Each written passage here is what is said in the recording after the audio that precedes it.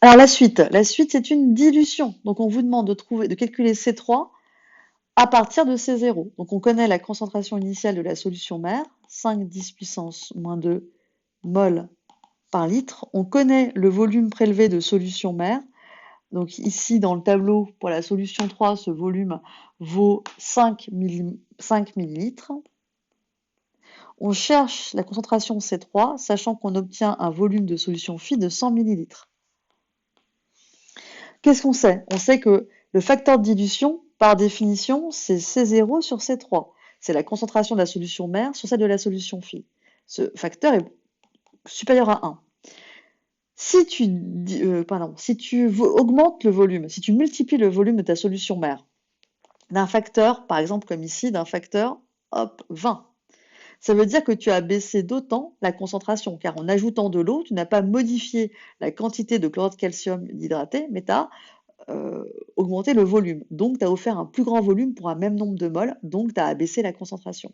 Donc, le facteur de dilution, c'est égal aussi au volume de solution phi sur le volume de solution mère prélevée cette fois.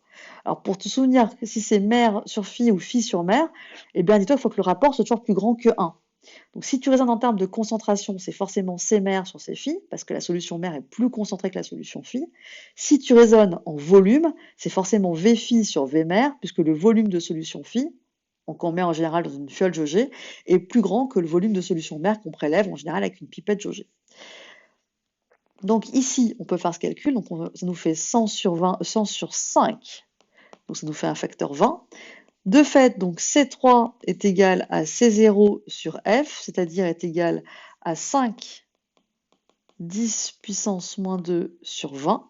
Et quand on fait le calcul, on trouve logiquement une concentration de 2,5 10 puissance moins 3 mol par litre, ce qu'on pouvait faire de tête.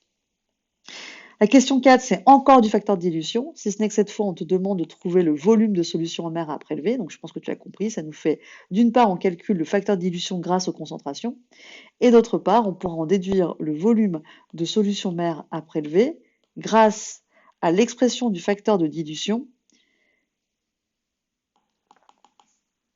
exprimé en fonction des volumes. Donc ici, si on s'intéresse à S2, ça nous fait C0 sur C2, c'est-à-dire 5 10 puissance moins 2 sur la concentration de la solution 2 qui ne vaut rien d'autre que 1 millimole par litre, c'est-à-dire 1 10 moins 3. Donc ça nous fait 50. Et de fait, le volume V2, ça vaut donc 100 sur 50, poum poum, et donc il nous reste 2 millilitres. Si tu fais le même raisonnement pour la solution 4, vous trouvez, enfin pour que je me mette à vous tutoyer, vous trouvez un volume de 10 millilitres. Bon, fin de la deuxième partie. La suite dans une autre vidéo.